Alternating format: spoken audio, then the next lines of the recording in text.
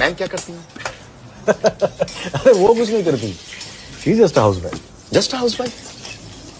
Sir एक housewife कभी just हो ही नहीं सकती।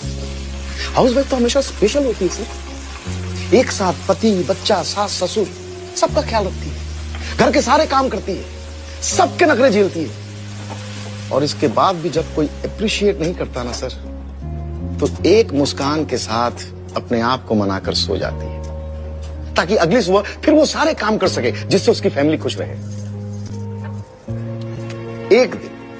एक दिन अगर ये हाउसवाइफ छुट्टी ले लेना सर, तो सब कुछ रुक जाएगा। रुक क्या जाएगा, सब कुछ बिखर जाएगा।